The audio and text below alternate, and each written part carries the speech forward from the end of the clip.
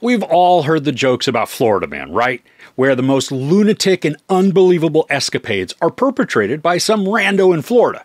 Well, HBO has decided to capitalize on the meme-worthy behaviors and give us a weekly docu-comedy series called It's Florida, Man.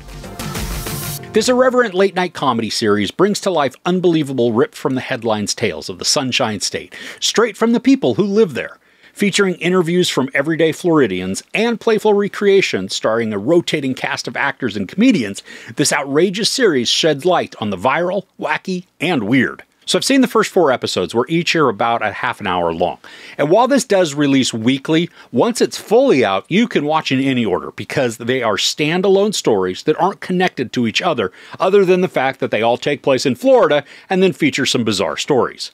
Now, this is presented sort of like a documentary, where producers interview the real people involved in whatever went down, and as the accounts are being retold to us, we get to see the actors and comedians portraying those involved. This is both funny and tiresome at points. I mean, the tales are wild and are probably going to have you shaking your head at the antics. But because we're hearing from the people who are directly involved, this adds a whole different level of strange comedy to the storytelling.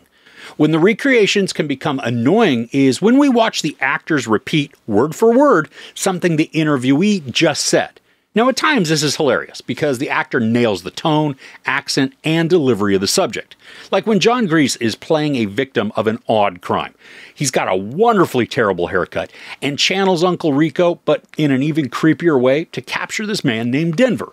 And I love that Grease isn't making fun of the real-life person either. He's simply recreating almost exactly the way the dude speaks and emotes. Now, in the first 4 episodes, we get stories about mermaids, inconceivable fetishes, a gator encounter, and a relationship gone wonky.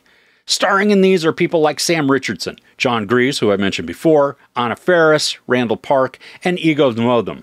Now, some, like Ferris, they have very little speaking roles, but all of them transform to become the outlandish Floridians that made these stories realities. The pacing, it's quick, and it doesn't outstay its welcome, which I thought was nice because these don't need in-depth analysis on all of the inner workings of the psyches of those involved.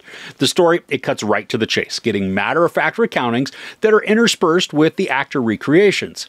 Now, these are humorous, but I didn't find any of them laugh out loud hilarious. I chuckled a few times incredulously, but that was also out of disbelief of the circumstances and the bravado the interviewees seemed to naturally exude.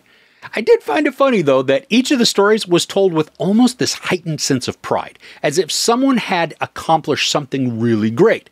I guess they did, because hey, there's now an HBO show that's featuring their escapades. This is an easy watch, and certainly entertaining for a casual chuckle. The recreations are good, but the real stars are the people who actually were responsible for these stories even existing. And their charm, personality, and sometimes bizarreness is also pretty endearing. If anything, it can make you appreciate that you probably haven't done something as preposterous or outrageous as the subjects of the show have perpetrated. There's no sex, only nudity if you count the dude wearing a leather thong, and even then you can't see the bum line. There is a lot of profanity and some awful violence. I give It's Florida, Man 3.5 out of 5 couches. Now, I'm sure you've heard or read some crazy Florida Man stories.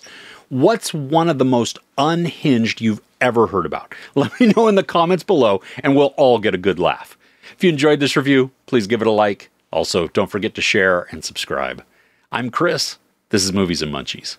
Thanks for couching with me.